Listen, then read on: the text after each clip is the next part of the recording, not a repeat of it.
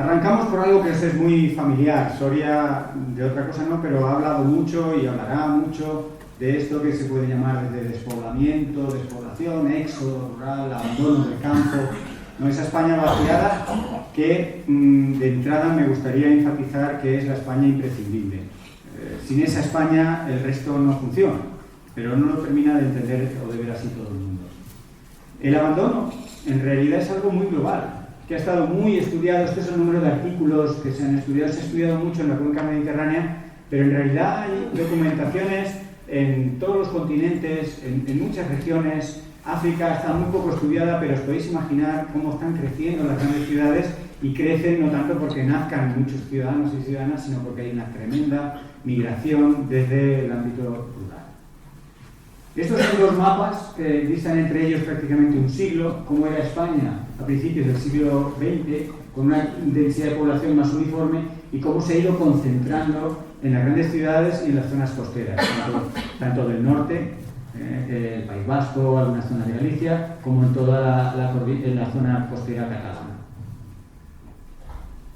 Esta es un poco la distribución actual, y en este mapa, a diferencia del anterior, se ponen un poco los dos países vecinos, Portugal y Francia, y veis que la densidad de población de esos dos países es bastante mayor. Y en España tenemos una gran zona en el interior que hay muy poca gente. Aquí tenéis algunos valores, y Castilla y León está en las primeras posiciones en cuanto a municipios que han perdido mucha población desde el año 98. Estos son aproximadamente unos 20 años de despoblación, y tenéis municipios como Madrid, Baleares, Murcia o el propio País Vasco que apenas han perdido población, y por aquí esta zona del interior es la que los números en los municipios son más claros. En realidad la despoblación no es un fenómeno reciente, pero sí que en la actualidad se están viendo muchos de los efectos de ese despoblamiento. En estos mapas que van como de 30 en 30 años más o menos, ahí tenéis la distribución, y sobre todo, más que la distribución, quién pierde y quién gana. Los colores más oscuros son los que ganan población, y los colores claros son los que pierden población. A principios del siglo XX no pasaba nada, digamos, la gente estaba en su sitio. En el segundo tercio ya empezaban algunas zonas, incluyendo, como veis ahí, Segovia, Soria y demás, empezaban a perder población, pero es realmente en el periodo 1960-1980 cuando se pierde muchísimo. Todo lo que está en blanco son tasas muy altas de despoblamiento. Así que esa es la herencia de los años 60, 70, 80, la que ahora estamos pues viendo. Estos son muchos números que no hace falta verlos todos, pero por ejemplo en valores relativos, en la gráfica, la tabla un poco como del medio, veis que estos son en porcentaje. Tenéis, ¿dónde está el porcentaje? Que ahora me quedo yo mismo en esta gráfica. Se queda de aquel lado, eso es. Entonces veis la media de el crecimiento poblacional de España es aproximadamente un 9%, con zonas como Ceuta, pero también la propia Castilla y León, que pierden población. Castilla y León con un 4% negativo, y Ceuta, pues parece que la gente no quiere vivir así, con un 10% de éxodo. Y sitios, como veíamos ya en el mapa, Madrid, Cataluña, Baleares, Murcia, que son los que están ganando mucha población. Incluso pues se hacen pronósticos de cuántos millones de personas o cientos de miles de personas estarán en distintas zonas. Fijaros, Madrid, casi 8 millones de personas, Andalucía, 9 millones, y por ahí anda Castilla y León con unas poblaciones mucho más pequeñas para un territorio mucho más grande. ¿Cuáles son las causas?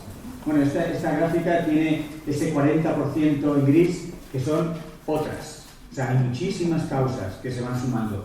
Pero hay 3 o 4 que en bastantes trabajos coinciden. Vienen a ser, pues, poco o mal transporte, dificultades para las conexiones. Y perdonad que esté en inglés, pero no me ha dado tiempo a traducirlo.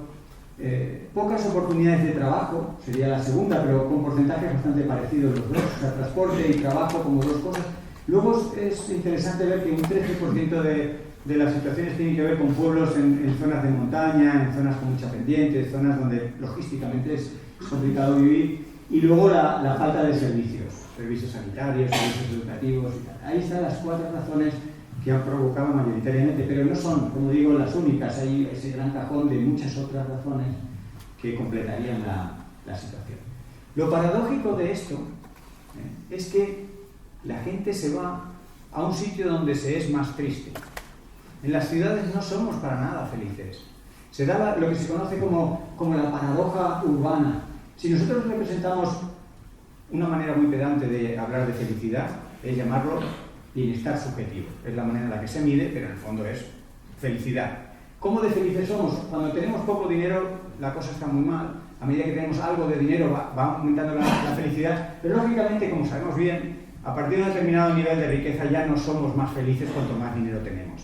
Incluso empieza a decaer esa sensación de felicidad con el dinero a partir de un determinado valor. Y lo que es llamativo y muy significativo en todas las ciudades del mundo, aunque en unas se nota más que en otras, es que las ciudades cuanto más grandes, más clara es esa caída de felicidad a partir de un determinado nivel adquisitivo. Para muchos, ir a la ciudad representa una posibilidad laboral, un cierto progreso económico, pero enseguida que tiene ese nivel económico, la gente no es feliz en las ciudades. Y podríamos hablar mucho de las ciudades, pero he entresacado esto que en las ciudades necesitamos zonas verdes. Algo que en las zonas rurales se está mucho más rodeado. Estos grafiquitos, aunque no veáis todas las unidades, pero son 5 situaciones desde una zona muy rural hasta una zona en el centro de la ciudad. En todas ellas, el riesgo relativo de tener enfermedades, trastornos mentales, problemas psíquicos de adulto, viene muy determinado con la cantidad de zonas verdes, de espacios verdes que hayas tenido durante la infancia. Mientras se desarrolla el cerebro, el tener en la proximidad zonas naturales y verdes, disminuye muchísimo. ¿Y de qué estoy hablando? Estoy hablando de esquizofrenia, uso de drogas, desórdenes obsesivo-compulsivos, anorexia, trastorno bipolar, depresión, ansiedad. Todo eso se fragua en una infancia con pocas zonas verdes. Y hay muchos trabajos, este es uno de ellos, pero hay mucha evidencia de que las zonas verdes nos hacen sanos. Y en las ciudades sabéis que hay parques y jardines, se está intentando hacerlas más verdes, pero indudablemente la proporción de gente, de infraestructuras grises frente a lo verde es muy desfavorable. El abandono, además, tiene grandes consecuencias ambientales, grandes consecuencias en los ecosistemas. Lo que voy a hacer es, a partir de, si no es esta diapositiva, será la siguiente, hacer un zoom global para luego volver al despoblamiento con estos aspectos ambientales.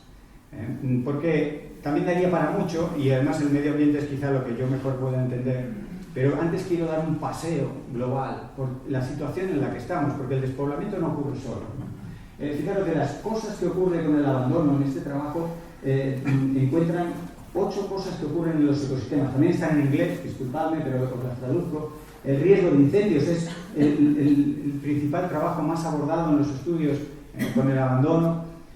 Las inundaciones, o sea, cambios en el régimen hidrológico que provocan inundaciones, movimientos de tierras que se desprenden en las laderas, herbivoría, exceso de vegetación que se pierde, avalanchas, caída de rocas, ya como cosas un poco más pequeñas. Pero veréis, luego mencionaremos cómo en el fondo el que el ser humano deje de estar en el paisaje rural donde ha estado durante miles de años, por supuesto que tiene consecuencias, algunas buenas, otras no tan buenas, y algunas claramente negativas para la funcionalidad, para la diversidad de los ecosistemas. Por ejemplo, y ya creo que es el último de esta pequeña serie introductoria, hay un trabajo que estudia el suroeste de España, el sureste de Europa, y encuentra que el abandono rural en general, el abandono de la agricultura, lleva a una pérdida de diversidad de especies de aves, muy significativo. Es decir, ese mosaico de situaciones donde quedan manchas naturales rodeadas de terrenos en barbecho, con terrenos más en plantación, esa dinámica tradicional que se ha gestionado durante miles de años, ha ido trayendo consigo una fuerte diversidad, en este caso, en este estudio en concreto, pues de aves, que se pierde cuando se abandona y todo se cubre de una cubierta vegetal más continua. En realidad, con este gráfico, que ya tiene su edad, esto prácticamente tiene 20 años, fue la evaluación del milenio que hizo las Naciones Unidas.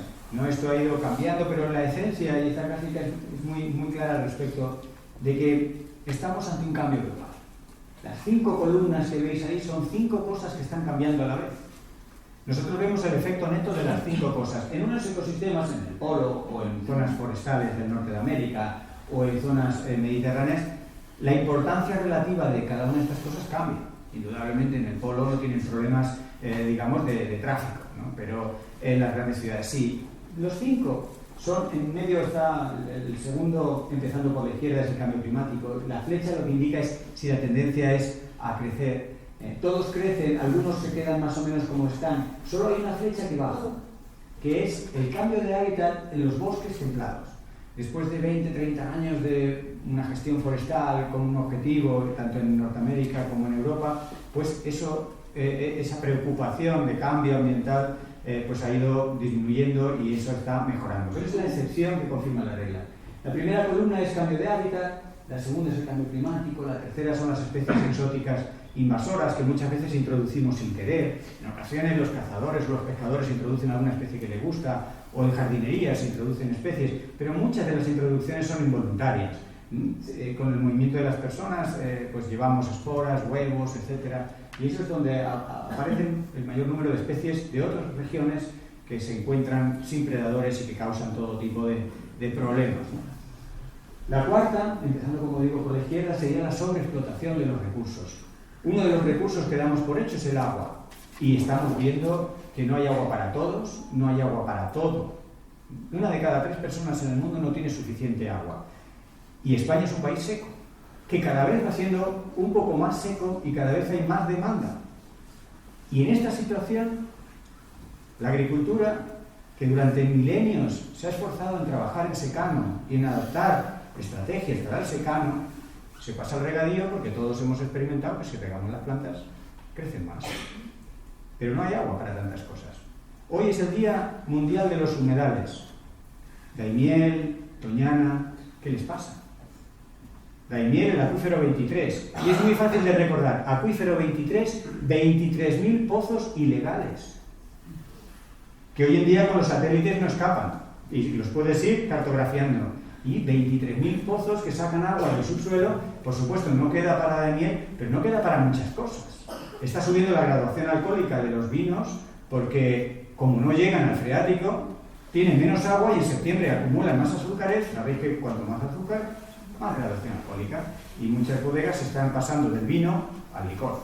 Pero esto es una cosa que va a durar X. Si seguimos con este derroche del agua, bueno, en Doñana hay que elegir entre Fresas o Parque Nacional. No da para las dos cosas.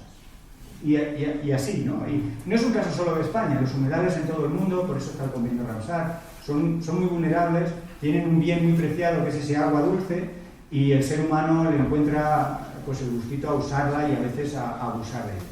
No solo el agua, en la sobreexplotación están muchos otros recursos y es otra de las cosas que ocurre simultáneamente a los otros factores en este escenario de cambio global.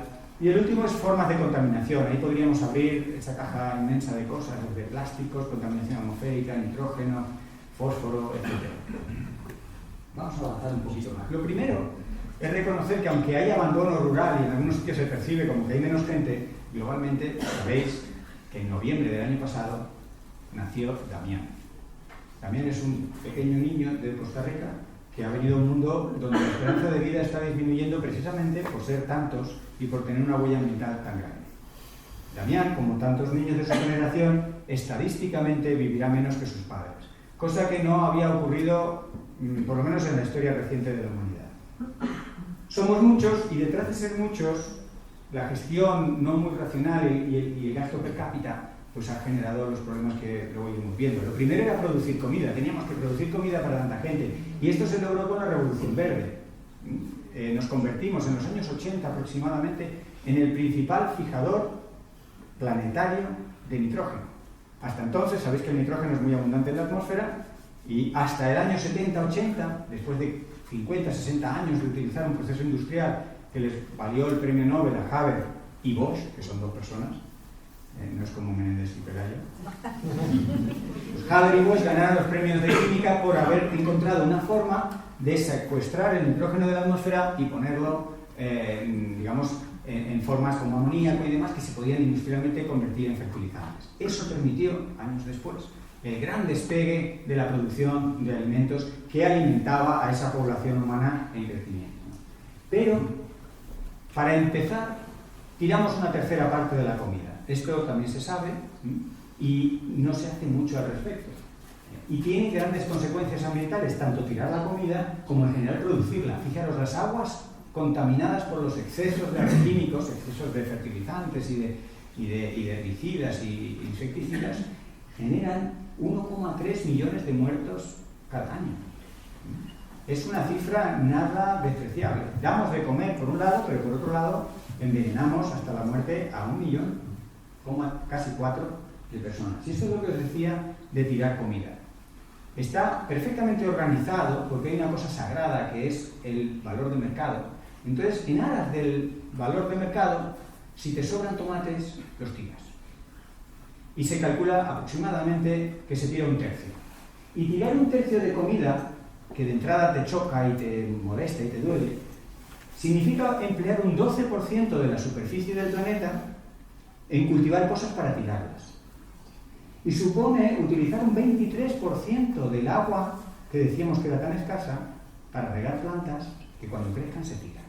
Y por supuesto tiene su huella de gases de efecto invernadero contribuyendo con un 8% a las emisiones totales, que es mucho contribuir. Una vez más, si hablábamos de que en las ciudades cuanto más dinero a partir, siempre, por favor, tener en cuenta que me refiero a cuando se sale de la pobreza extrema. Indudablemente a una persona o a una comunidad en pobreza extrema no se le aplica esta regla, pero en cuanto se sale de la pobreza extrema, el dinero trae tristeza, como veíamos en las ciudades, pero trae enfermedades. ¿Por qué? Una de las primeras cosas que cambia con el dinero es la dieta. Y en todos los países del mundo, excepto en uno, cuanto más dinero, más proporción de proteínas de origen animal. ¿Qué país pensáis que es la excepción? La excepción que confirma la regla, precisamente por ser tan excepcional. Suecia. Japón. Suecia. India.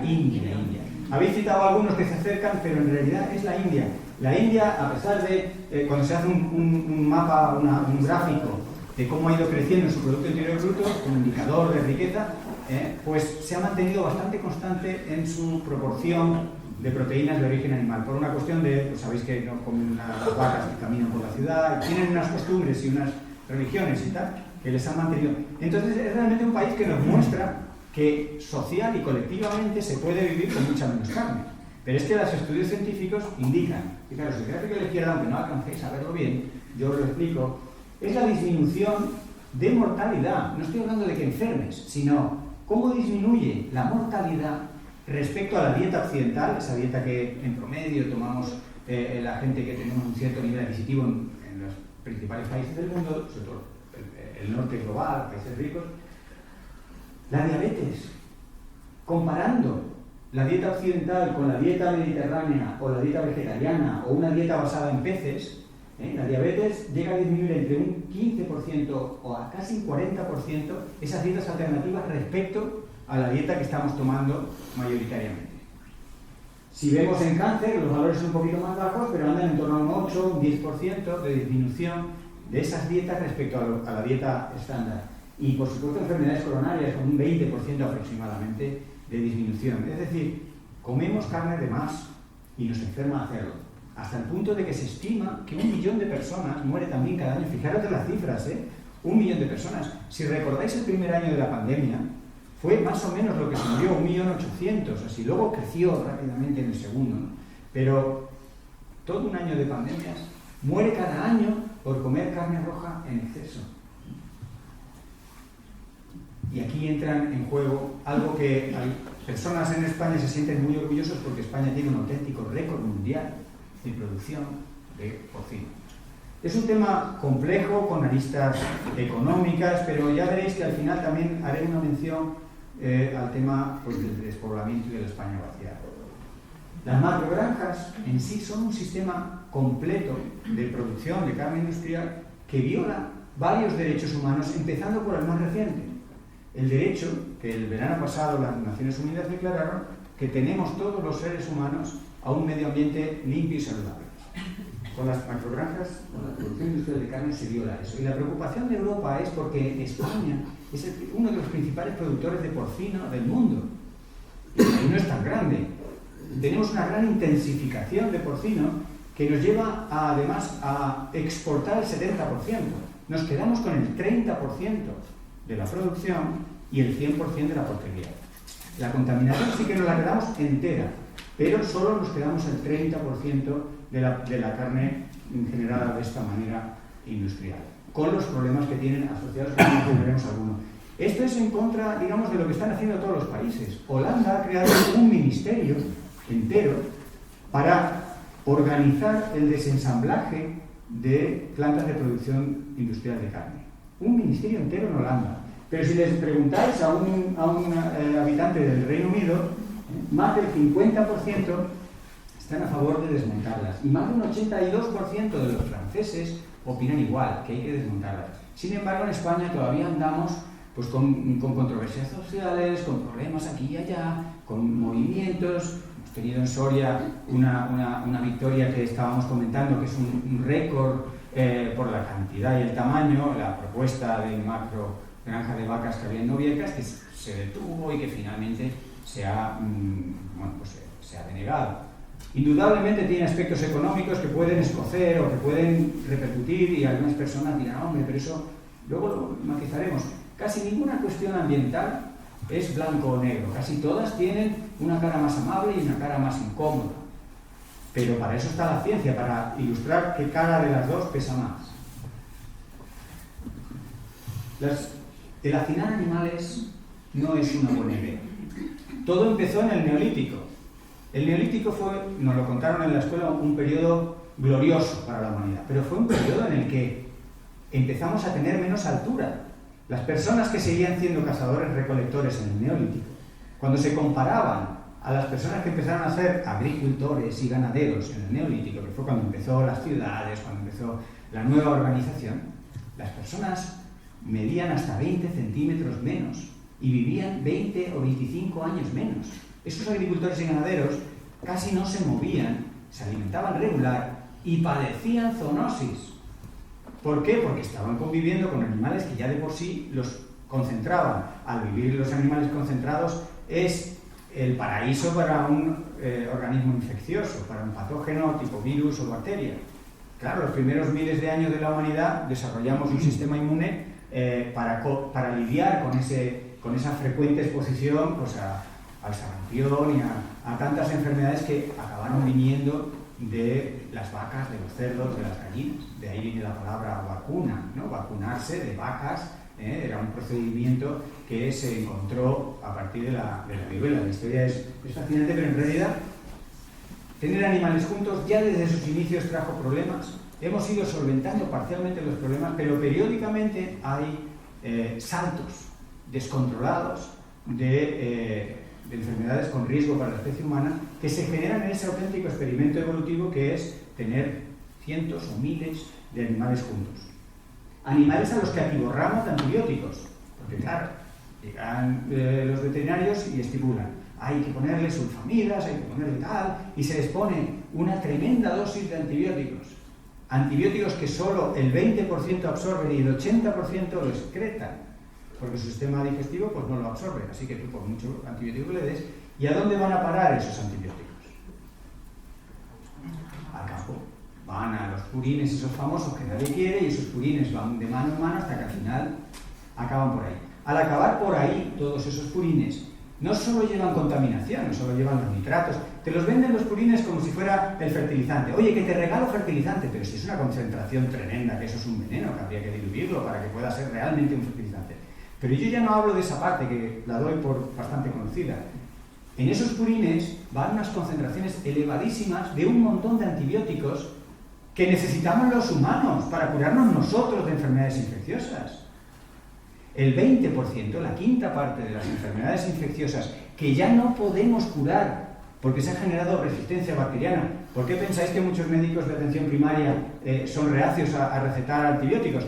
Porque estamos usando tantos antibióticos en general que están empezando a dejar de ser efectivos porque las bacterias evolucionan y se vuelven resistentes. Esto es un grave problema, se le llama la pandemia silenciosa, porque no se nota, pero ya no funciona. Pues la quinta parte de todas las enfermedades que ya no podemos curar con antibióticos se ha generado por los antibióticos que sobran, que se pierden al medio ambiente de macrogranjas o de instalaciones de producción industrial de carne. O sea, es un problema muy grave. Esto que veis aquí, que nos parece muy normal, está prohibido. No se puede hacer. Hace años que no se pueden tirar los purines así. La Unión Europea dice que se tienen que inyectar en el suelo en unas concentraciones muy medidas. En primer lugar, ni los ganaderos ni los agricultores tienen las herramientas para medir y hacerlo bien.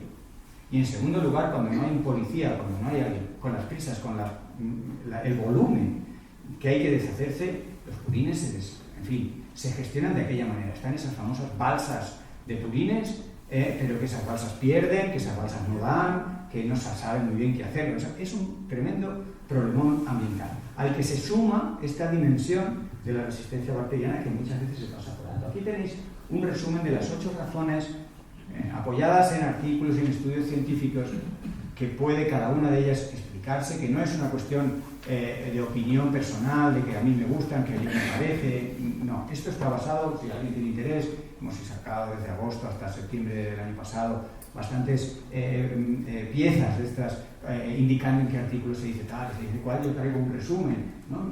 Cambio climático, pues claro, estas concentraciones de animales, ya sabéis que los animales generan, sobre todo los rumiantes, mucho metano, que es un gas de efecto invernadero muy potente. Pero esas instalaciones tienen una gran demanda energética y por tanto son responsables de una tremenda cuota de las emisiones de gases de efecto invernadero y contribuyen mucho al cambio climático. Las zoonosis y pandemias os lo acabo de explicar. La sobreexplotación del agua. Si una vaca consume más o menos, una vaca lechera, 100 litros de agua, esto es una pregunta de aritmética sencilla. Si una vaca consume 100 litros de agua al día y en Noviercas había planificadas 10.000, 20.000, 23.000.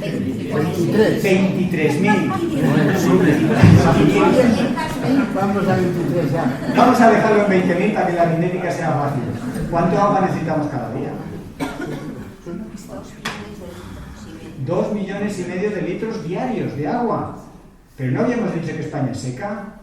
La Confederación Hidrográfica correspondiente echa las cuentas y dice: no te preocupes, yo hago aquí un apaño y saco de este río, y los ecólogos van diciendo: pero si hay caudal ecológico. No importa, hay metros cúbicos, a mí me salen las cuentas, se hizo trasvase Tajo Segura, con unas cuentas que nunca salieron, ni siquiera cuando llovía en España, más que ahora. Esas cuentas en los despachos, en la realidad, no cuadran. Y no habría habido agua, menos mal que no hay que darle de beber a tanta vaca, porque no habría habido agua, muchos municipios se hubieran quedado sin agua de boca. Es que no estoy hablando del apocalipsis, estoy hablando de una necesidad básica que no se va a poder suplir. Contaminación del suelo y del subsuelo. Hay muchos ciudadanos y ciudadanas en toda España con un kit muy sencillo para ir midiendo el nitrato. El nitrato en las fuentes, el nitrato en los manantiales. El nitrato es uno de esos indicadores de si el purín está medrando. Lérida, la Alcarria conquense, Murcia, por supuesto, y también Castilla y León. Los ciudadanos van mostrando, aquí me hacen las hacenderas, que también lo están midiendo y detectando y lo tenéis documentado. Claro, si es que no es una medida difícil de hacer y lo interesante de esa medida es que se replique y se haga a escala geográfica amplia y se tengan dinámicas. Y si se toma una medida en positivo, pues también ojalá podamos documentar una recuperación, una bajada de los niveles de nitrato. El nitrato, a partir de un determinado nivel, hace que el agua no sea potable y que nos contaminemos. Alguna de esas muertes que hablaba al principio tienen por nitrato. Reducción de la eficacia de antibióticos, que ya le he mencionado. Maltrato animal. Hay personas que esto no les preocupa especialmente, pero es que ahora ya hay leyes.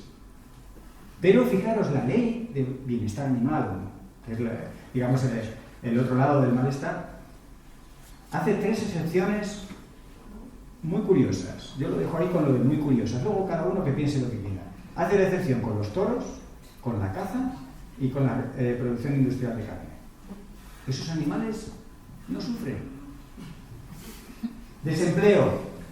Muchas veces en los municipios, sobre todo muy pequeñitos y con un alcalde que no da abasto para todas las cosas que tiene que gestionar, llegan y se plantan con un proyecto en el que, por supuesto, de una granja de estas gigantescas, en el que uno de los alicientes es: tu municipio se va a enriquecer, aquí vamos a generar trabajo para todo el mundo. Nunca se ha visto. Al revés. Huele mal, aquello no se pone muy agradable, los emprendedores que querían hacer un albergue, una casa rural, una actividad de tiempo libre, se van a otro municipio. Es decir, la automatización que llevan estas macrogranjas, lo que lleva es que al final hace falta menos gente que en la ganadería extensiva o que en otras formas más tradicionales de criar animales. Formas que ellas mismas absorben una buena parte de estos problemas ambientales. Así que tenemos el problema del desempleo y, por supuesto, la pobreza y la desigualdad. Hay cada vez menos gente que saca más dinero y además es un dinero que se deslocaliza porque esa gente no vive cerca del Purín que huele mal. O sea, esas personas viven lejos y esas personas de alguna manera secuestran recursos de una región y cada vez secuestran más recursos, con lo cual cada vez son más ricos. Por hablar de la otra Castilla, para no meternos con alguien que pueda tener aquí algo que ver, en Castilla-La Mancha está Incarlopsa. Incarlopsa mueve un porcentaje tan grande del Producto Interior Bruto de Castilla-La Mancha que cuando se reúne el presidente de la comunidad les invita, por supuesto, para que participen de las decisiones. Porque no sé el valor exacto, pero es por encima del 20% del Producto Interior Bruto de toda la comunidad. Entonces, esa gran productora que tiene todo el ciclo, ¿no? Uy, que no. Habrá que... bien. Que si no hay que poner una Pascua, ahora ha funcionado. No me puedo enrollar tanto, esto es lo que me está diciendo. Fernando, sigue aquí. Bueno, pobreza y desigualdad, ya no me enrollo. Energía era la otra cosa que necesitamos, ¿no? Para ser tantos necesitábamos producir mucha energía. Y esta parte de la historia también nos suena, ¿no? La de quemar exponencialmente combustibles fósiles. El color de abajo es la quema tradicional de biomasa, madera, leña. Esto no ha cambiado en más de 200 años. La cantidad de megavatios que generamos haciendo eso en el mundo es constante. Lo que ha despegado es el gris, que es carbón, el azul, que es petróleo, y el morado, que es el gas. Eso ha despegado y está detrás, por supuesto, de ese gran empuje demográfico de la especie. Si veis los años, pues coincide con la segunda mitad del siglo XX, que es cuando despegamos demográficamente. Y tiene ese pequeño problemita social llamado calentamiento global. El cambio climático ya está aquí. Es una de las cuestiones que no me canso de insistir, porque como hay muchos escenarios y se ponen referencias a mediados del siglo, la Agenda 2030 y tal, uno piensa, bueno, ya llegará, ya me ocuparé del cambio climático cuando venga. El cambio climático ya está aquí. El año pasado fue un año espectacular, batiendo récords que todavía los científicos están echando cuenta de cómo es posible que ocurriera todo aquello, ¿no? Pulverizando muchos récords. No sé si tenéis curiosidad, pero por ejemplo, en la BBC, un meteorólogo británico reconocía que nunca pensó que en su vida profesional mediría 30 grados en el Reino Unido, que equivale a 45 grados en Soria o 50 grados en Soria en temperatura atmosférica. Se les curvaban los rieles del ferrocarril, porque esas no son temperaturas para ese país, ¿no? Con eso podríamos hablar de muchos récords que se batieron el año pasado. Y pensemos por qué se baten tantos récords, por qué aparece esto en la prensa. Porque el cambio climático ha entrado en una fase exponencial. Ya no es un crecimiento gradual, es un crecimiento exponencial. Un crecimiento exponencial, aunque no sepamos matemáticas, significa que cada vez ocurren más cosas en menos tiempo. Entonces, cuando Teresa Rivera, en respuesta a algunas de nuestras cuestiones de que la ley de cambio climático no es suficiente y tal, responde, ¿nunca en la historia de España se ha hecho tanto por el cambio climático? Dice, es correcto. Y yo le contesto, nunca en la historia de España había habido tantos cambios debidos al cambio climático. Hay que correr mucho para frenar, mitigar o adaptarse a un cambio climático que va muy deprisa, que va pulverizando récords muy deprisa. Entonces, si hubiéramos empezado a hacer los deberes hace unos años, para eso estaba el Acuerdo de París, pues no estaríamos ahora teniendo que correr tanto. Por supuesto, no hace falta que os hable de los incendios. En esta comunidad... pues habéis tenido que escuchar algunas declaraciones bastante sorprendentes de que los responsables de los incendios eran los ecologistas. Esto es darle la vuelta a las cosas. Cambio climático no es una entelequia. Es difícil calcular cuánta gente muere de cambio climático porque uno no le da un ataque de cambio climático. Muere de problemas sanitarios disparados por el cambio climático. Y se van sumando las causas y al final hablamos de decenas de millones cada año. Son cifras espectaculares. De forma directa se estima que aproximadamente 500.000, pero son tantas las cosas que afecta el cambio climático, empezando por las migraciones. Más de la mitad de las migraciones de la especie humana, que son millones de personas abandonando sus hogares, están disparados por el cambio climático. Y claro, muchas de esas personas mueren. Así que la cuota es tremenda, tan tremenda, y ahora que estamos muy impresionados, creo que es la única imagen medio bélica, porque a veces, como estamos con lo de Ucrania, me pongo cosas así, pero esta creo que es la única. Segunda Guerra Mundial, impresionante. O sea, fue una bajada de población tremenda, una cantidad de muertes tremendas. Bueno, pues el cambio climático genera las mismas muertes más o menos cada década. Cada 10 años de cambio climático, al ritmo en que está actualmente, es el equivalente en muertos a la Segunda Guerra Mundial. Para que pongamos en perspectiva las cifras, porque son un poco mareantes. Así que el cambio climático está en tal colisión con la forma en la que nos organizamos, que esta colisión, este confrontamiento entre los límites ecológicos, físicos de la Tierra y la humanidad no va a poder durar mucho tiempo. El cambio climático es una manifestación de que este encuentro entre cómo nos hemos puesto de acuerdo para vivir, para producir, para tal, y los límites planetarios, este encuentro no se puede mantener mucho tiempo. Tenemos que hacer algo, o si no hacemos nada, ya es una decisión y los científicos pueden más o menos calcular qué cosas irán pasando. O sea, uno de los escenarios es no hacer nada. Y hace ya algunos años, algunos economistas calcularon el coste de no hacer nada. Y no tenemos posibilidad económica de hacer frente económicamente al escenario de no hacer nada. Es carísimo. No hacer nada es carísimo. Es como si entras en una habitación de un hotel de 5 estrellas y sin hacer nada no puedes pagar la factura. Pues eso nos pasa con el cambio climático. No hacer nada es carísimo. Pregunta un poquito retórica.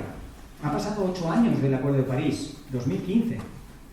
Y el Yes We Can, digamos, y el que lo ratificara el acuerdo prácticamente 200 países, fue histórico, es importante, pero es insuficiente, porque si detrás de eso no se acompañan con medidas concretas para reducir las emisiones, pues los deberes se siguen posponiendo.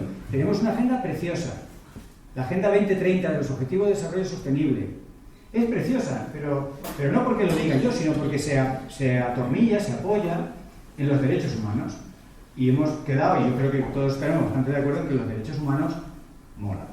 O sea, los derechos humanos son esa cosa que, seas de izquierdas, de derechas, vivas en el campo, vivas en la ciudad, o sea, todos tenemos un respeto y una apreciación de los derechos humanos. Mencionar los derechos humanos es algo que nos pone a todos más o menos en el mismo lenguaje. Sabemos que los violamos, pero hay algunos que podríamos dejar de violarlos si tenemos la agenda. La Agenda 2030 es una forma de dejar de violar derechos humanos. Solo hay que transitar por ello. Algunas buenas noticias.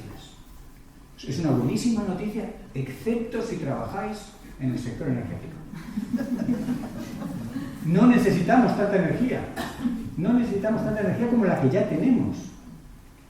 Este es uno de tantos trabajos de Jackson y colaboradores. El bienestar humano, calculado con 9 indicadores, la grafiquita que está en los 2 mapas, indica cómo suben esos 9 indicadores de bienestar a medida que tienes más energía. Claro que suben. Lo que decíamos, cuando no tienes casi acceso a la energía, no alcanzas casi ningún indicador de bienestar. Pero eso enseguida llega un momento que por más acceso a la energía que tengas, no aumenta, porque ya has alcanzado esos 9 indicadores más o menos homologados de bienestar. A partir de ahí es lo que consideramos energía en exceso o superflua, que no es necesaria. Se calculó en este trabajo que eran 75 gigajulios por persona y año. Para pasarlo a cosas que uno pueda entender, esto es la mitad de lo que tenemos los españoles. Es decir, los españoles en promedio consumimos el doble de esos 75 gigajulios, el doble de la energía que haría falta para que fuéramos sanos y felices. En Estados Unidos, como os podéis imaginar, la cosa es peor. Ahí es 5 veces. Allí consumen 5 veces ese valor que se ha calculado que los seres humanos necesitaríamos. Lógicamente, pues Soria de Alicante o sobre todo Siberia de Benidorm, pues pueden ser muy diferentes en esto. ¿No? Estos son promedios, pero son valores que nos dan una referencia. De las cosas que hay que trabajar mucho, no solo es primero tomar conciencia de que hay energía de sobra, no hay que preocuparse por tener más energía, más bien al revés, disminuir el consumo y la producción, pero sobre todo distribuirla bien. Está mal distribuida, no solo entre países, que son esos mapas. Esto de los países es lo más políticamente fácil de hacer. Imaginaros cómo ya empezarían los problemas si Segovia le tiene que pasar unos kilovatios a Soria, y si dentro de Soria el municipio de tal le tiene que... Pues esos acuerdos son complicados, pero ahí está una buena parte de la resolución del problema. Disminuir la producción y el consumo y distribuirla mejor. Y se puede. Los números dicen que se puede. O sea, es un mensaje optimista. ¿Quién está detrás de todo esto? El sistema socioeconómico. Pero en realidad el sistema socioeconómico, cuando se reúnen en Davos, sabéis que han estado hace poco reunidos en el foro ese económico mundial, sacando las grandes visiones de los costes, los riesgos para la economía, pintan en verde, que son esos gráficos así fáciles de entender, los riesgos y las probabilidades de amenazas para la economía. En verde, todo lo que tiene que ver con la naturaleza, cambio climático, diversidad biológica, dicho por economistas, porque si lo digo yo, que soy ecólogo, biólogo, pues dirían, bueno, claro, a Fernando le parece importantísimo las mariposas y todo lo interpreta por ese lado. Los economistas puros y duros de las universidades más, las empresas que tienen tremendos capitales y que quieren poner inversiones que no se vengan abajo, que no sean lo que llaman en inglés stranded assets, que son inversiones varadas, inversiones que no van a ningún lado y que pierden dinero. No quieren invertir en cosas que no vayan a funcionar. ¿Y dónde se puede invertir? Desde luego nada intensivo en carbono. Todo lo que sea conservar la naturaleza es extraordinariamente rentable. Y esto, como digo, tiene el tremendo valor de que lo dicen economistas. Es más, algo que voy a explicar dentro de un poco cuando me acerque al final, ya se ha escuchado, no solo en palabras de dos presidentes, Francia y Colombia, sino en la boca de muchos economistas de Davos, en el Foro Económico Mundial. Ya hablaban de decrecimiento económico. Economistas hablando de decrecimiento económico. Vamos bien, eso son las buenas noticias, que de malas ya tenemos mucho. Mitigar este lío es posible, es factible. La ciencia da piezas y da sugerencias y también da estadísticas. Por ejemplo, Hamilton y colaboradores, ya que habíamos hablado de todas las muertes que genera el cambio climático, también calcula que por hacer el Acuerdo de París, por cumplir algo que habíamos dicho que íbamos a hacer, dejan de morir del orden de 10 millones de personas de aquí al 2040. Por hacer, esto es una estima muy conservadora, seguramente salvaría la vida muchas más, pero al menos esas, más de 6 por cambios en la dieta, más de 2 por cambios relativos a la movilidad y romper un poco el sedentarismo, y casi 2 por disminuir la contaminación atmosférica. Es una buena noticia, es una razón más para esforzarnos e intentar llegar a reducir emisiones. Esto es uno de tantos ejemplos sobre la rentabilidad de proteger la naturaleza. Para algunos enfocan, por ejemplo, llegan a un espacio protegido, ¿cuánto cuesta este parque nacional? ¿Cuál es el presupuesto? ¿Qué gasto tiene? Todo ese enfoque, en realidad, está equivocado. Habrá que hacer la contabilidad, por supuesto. Nos hemos gastado en el centro de visitantes tanto, replantando tanto. Pero en realidad son inversiones, no es coste. Son las inversiones más rentables. Trabajos de todo tipo, enfocando el dinero, los euros que pones en naturaleza de distintas maneras, todos acaban revelando rentabilidades altísimas. Mínimo 100 euros por cada euro que metes. Y muchos del orden de 1.000 euros por cada euro que metes. Pequeña cuestión de la naturaleza es que tarda un tiempo en invertir ese dinero, no es instantáneo. O sea, no es compatible con la economía del pelotazo. Tarda a lo mejor una década o 2 décadas en empezar a darte esos beneficios, pero se pueden, científicamente, en lo que se sabe, asegurar bastante esa rentabilidad. Es una rentabilidad a medio y largo plazo, que además tiene otras funciones, no solo la rentabilidad económica, que es que nos hace ser sanos y felices, que se nos olvidan, y que nos ayuda a la Agenda 2030 y a cumplir derechos humanos. Caray, pues no se puede pedir más, ¿no? Se conocen como soluciones basadas en la naturaleza.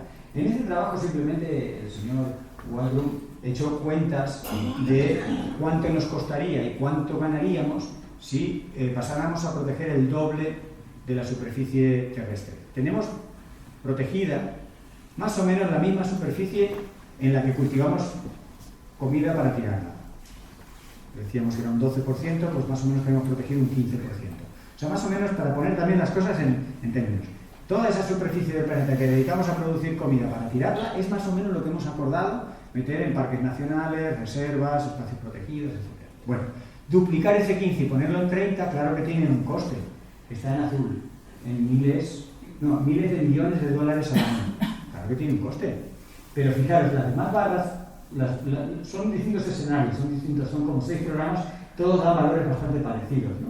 Tenemos en amarillo los ingresos y beneficios, y tenemos en gris cómo se multiplicarían por el turismo. En cualquier caso, fijaros cómo compara la barrita azul, que es el dinero que tienes que poner cada año, con las otras barritas que son retornos. Es una manera más de ilustrar numéricamente, y de hecho el señor Waldron es economista, de lo rentable que es conservar y estar aquí. Otra cuestión. Yo estoy feliz de que hayáis venido hoy aquí. ¿Por qué? Porque muchas veces me veo rodeado de personas que dicen, joder, ¿Y yo qué puedo hacer en todo este lío? O sea, mientras China está emitiendo todo esto que hago yo, yendo en bicicleta al trabajo o reciclando plástico, te sientes a veces como un poco, en fin, ridículo casi, ¿no? Tu medida así de chiquitina y el cambio climático global y demás, ¿no? Incluso una macro granja, 23.500 vacas que podrían haber estado allí. Y dices, ostras, yo cierro el grifo mientras te lavas los dientes. Es como muy asimétrico y muchas veces te genera una sensación un poco de frustración. Dices, ¿y yo qué puedo hacer? Pues cierra el grifo mientras te lavas los dientes, porque ya no es solo el agua que ahorras haciéndolo, sino es que te empoderas. En el hecho en el que empiezas a tomar cartas en el asunto, adquieres derechos. Ya no eres un personaje que pasa por allí y utiliza las cosas, una persona que toma conciencia. Y lo que algunos matemáticos, como Lenton de la Universidad de Exeter, están modelizando son lo que llaman puntos de inflexión positivos, porque hemos hablado mucho, bueno, no nosotros, pero se ha escrito mucho sobre los puntos de inflexión negativos, por ejemplo del cambio climático, efectos en cascada, que si se funde un casquete de hielo y eso arrastra, no sé qué, o el bosque amazónico, puntos de inflexión tremendos que llevan consigo cada vez efectos en cascada peores, ¿no? Sin embargo, con las mismas herramientas matemáticas, este equipo ha encontrado puntos de inflexión positivos, es decir, que una vez que empiezan en pequeñito, van escalando y se logran potencialmente, al menos en nuestros modelos matemáticos, grandes cambios. ¿Y dónde están esos puntos de inflexión? En la gente. De hecho, una de las propiedades matemáticas más estupendas es que los grupos sean pequeños, porque cuanto más pequeño es un grupo, más posibilidades de que enraíce el pensamiento disruptivo. Necesitamos cosas distintas, y eso no va a ocurrir en una ciudad grande, donde todo se promedia. Cuando se hace una propuesta popular en Madrid, ¿para qué se hace con la Plaza de España? Pues al final se hace una cosa que ni fu ni fa, porque ahí opina todo el mundo y queda una Plaza de España que dice, pues, ¿y para esto tanta encuesta?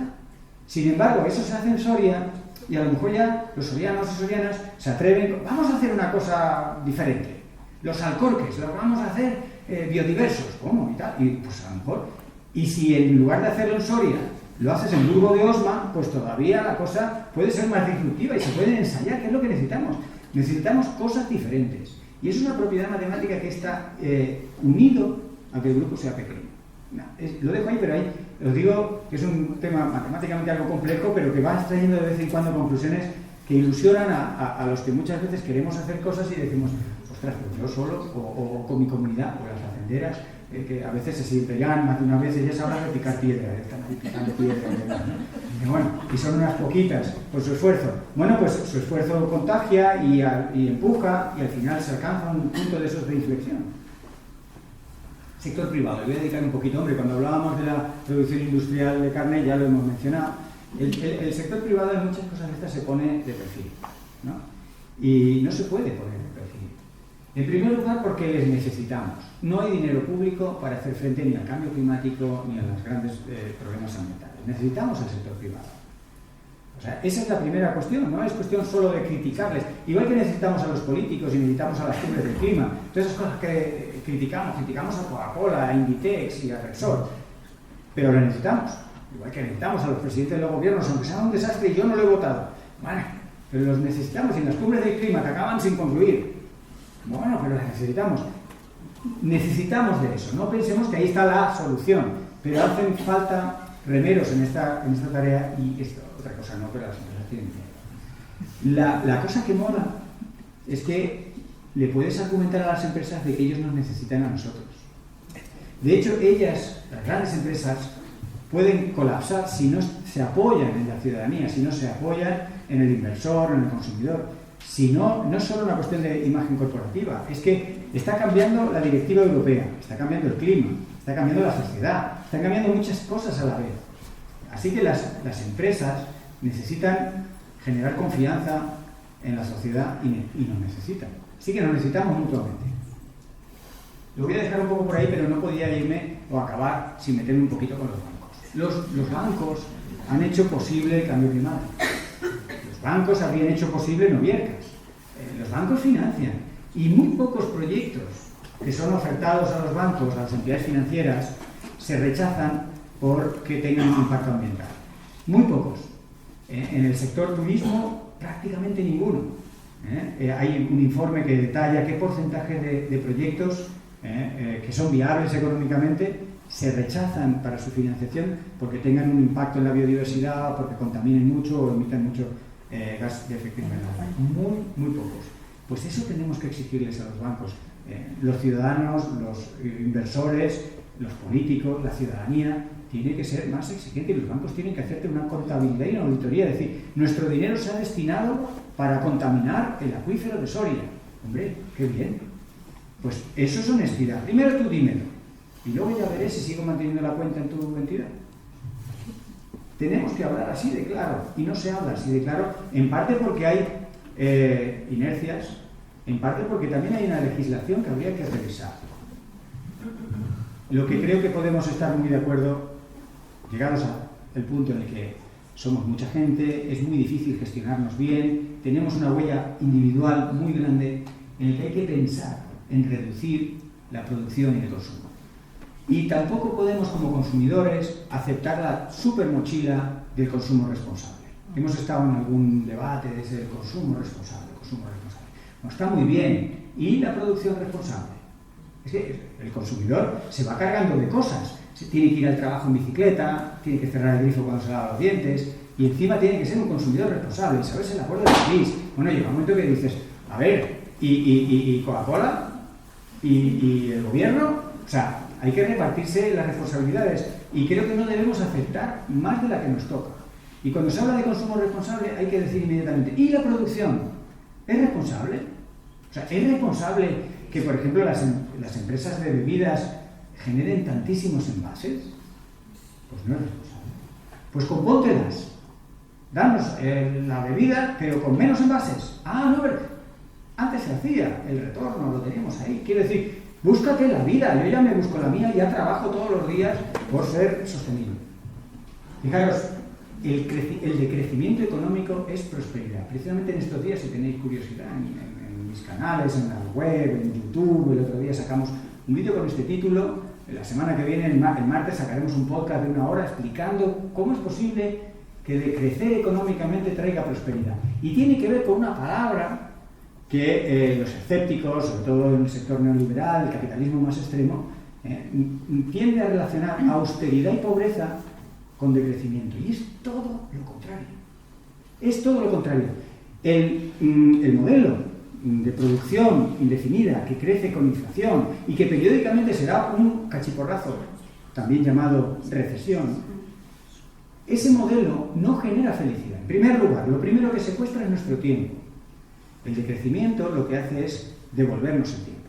Que trabajemos menos, que nos jubilemos antes, que podamos cuidar de los mayores, de nuestros hijos, que podamos atender, no sé, las tareas domésticas, que tengamos al menos libertad y que no tengamos que subcontratar todo eso porque tenemos que trabajar 14 horas.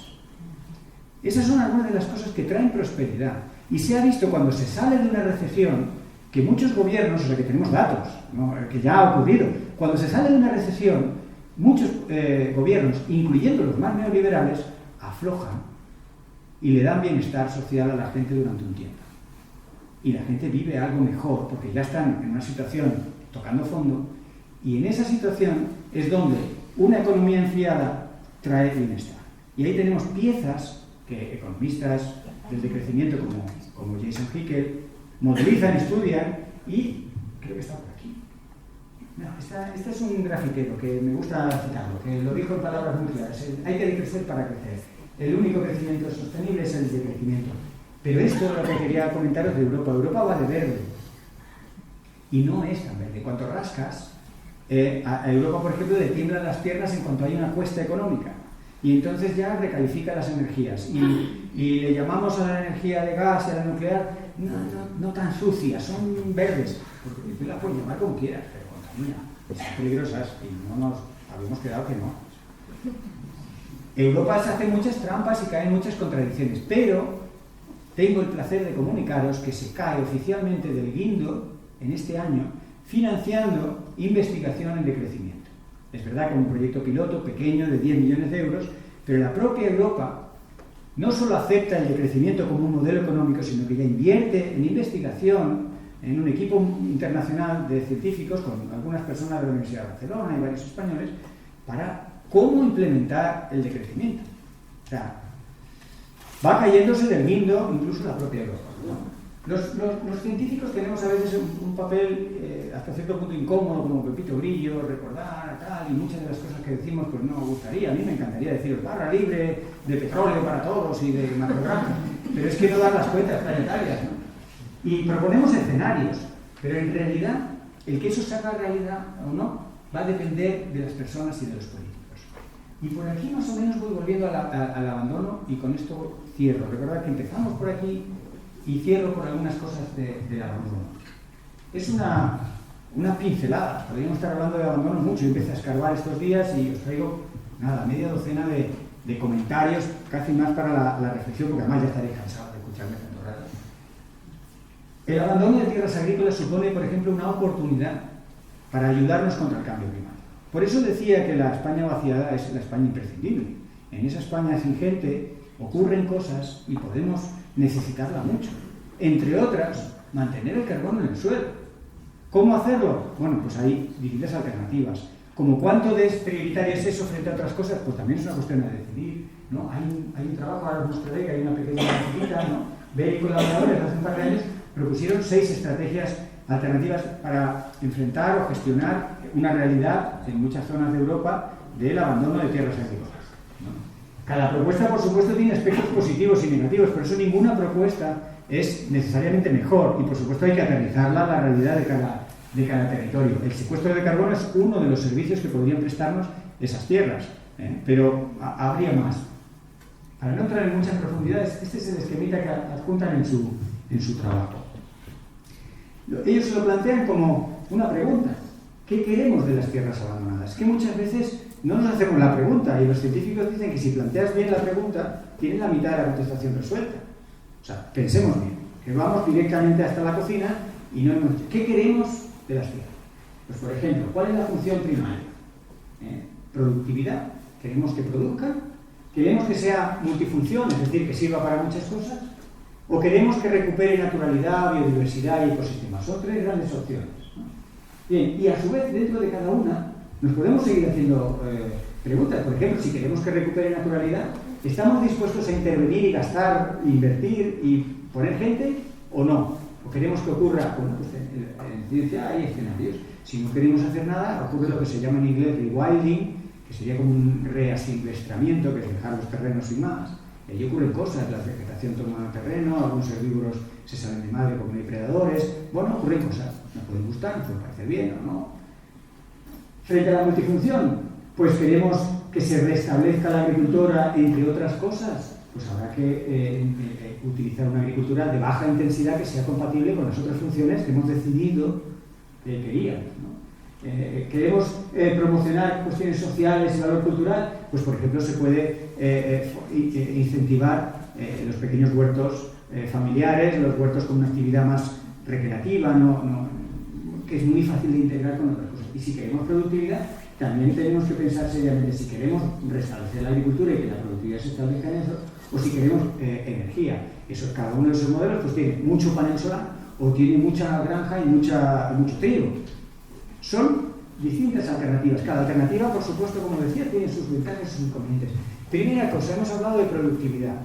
La productividad es un tema muy sensible. Cuando Boris Johnson estaba a punto de perder el empleo, le vinieron los agricultores y le dijeron: señor presidente, que es que como nos hemos separado de Europa, necesitaríamos producir la comida que necesitamos, ser totalmente autosuficientes en alimentos.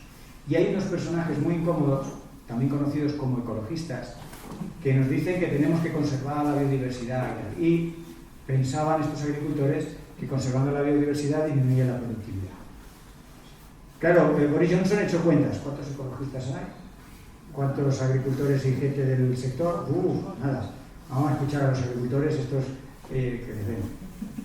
Resulta que la belleza poética es que mientras Boris Johnson perdía el empleo, salió un artículo del Journal of Applied Ecology en agosto del 2022 en el que había comparado precisamente en el Reino Unido distintas alternativas de agricultura, incluyendo algunas con esos pajaritos y esas mariposas como indicadores de diversidad y de conservación, que mostraban que la productividad no estaba en riesgo y no se veía amenazada por la conservación de la biodiversidad, que había fórmulas que permitían las dos cosas. Claro, con aquello que os decía antes, que la naturaleza requiere un tiempo, por eso el estudio es de 10 años, ¿no? Tú dejas el campo en barbecho o tomas las medidas que favorezcan la biodiversidad. Al principio, pues a lo mejor sí que tienes una bajada de productividad y a lo mejor ahí sí que hay que acompañar al agricultor, al ganadero, porque inicialmente no tienes, pero conforme pasa el tiempo, la productividad se recupera.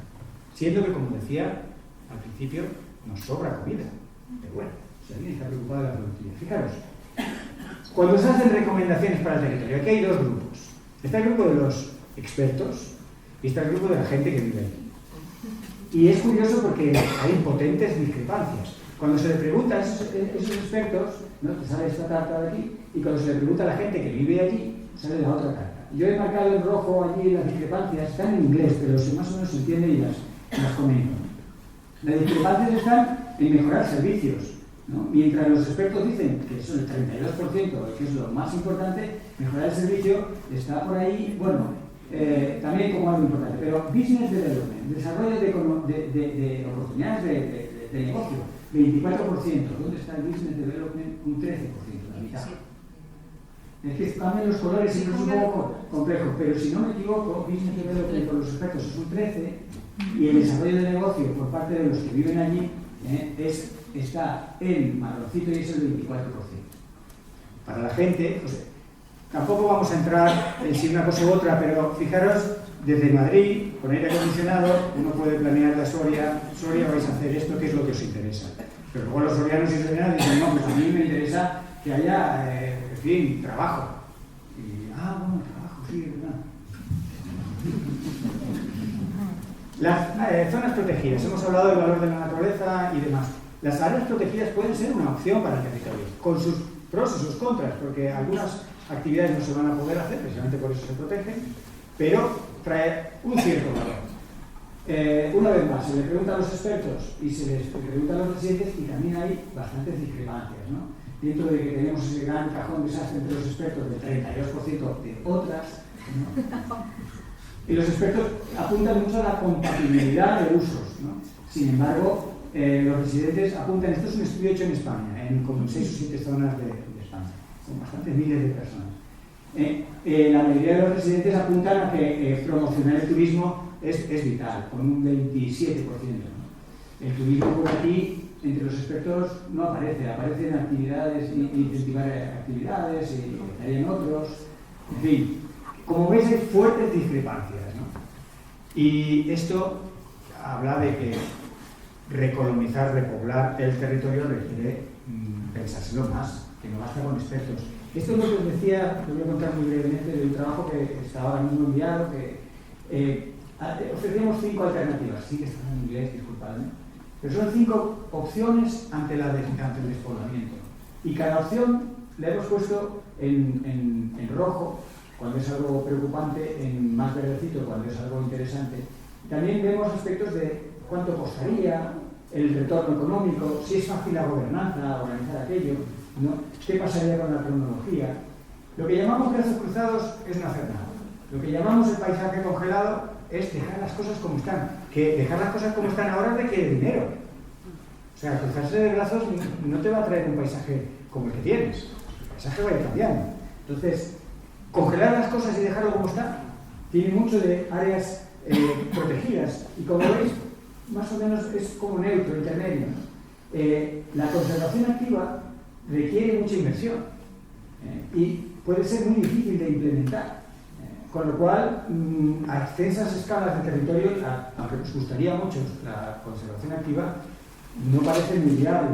El uso extensivo de los recursos sí que parece algo, en general, con bastantes posibilidades de funcionar. Pero como todo hay que valorarlo, ver lo que cuesta, ver cómo se puede organizar aquello. Y por supuesto va a variar de que sea un terreno de llanura, que sea un terreno de montaña, etc., ¿no? ¿Y qué pasaría? Cada uno de los escenarios lleva a una... lo daría más fácil de entender, a una densidad de población distinta y a una variabilidad, zonas muy pobladas y zonas muy poco pobladas, ¿no? Fijaros, los usos extensivos hacen que la densidad de población sea mayor y también que disminuya, estaría aquí abajo, que disminuya esa varianza, esa variabilidad entre zonas con mucha gente y zonas sin gente. Sería una forma, si ese modelo nos gusta, pues usos extensivos de los recursos, la ganadería extensiva, la agricultura más extensiva, formas extensivas, ponen a gente en el territorio, evitan tanto el flujo y a la larga pues generan. En fin, cuando se publique lo podréis ver, pero de momento os dejo aquí una pincelada de esto y voy cerrando con estas dos reflexiones. La primera es que el abandono rural a nadie se le escapa, que es un problema global, aunque tiene, por supuesto, muchas incidencias locales, y que la ciencia tiene propuestas, y la ciudadanía también.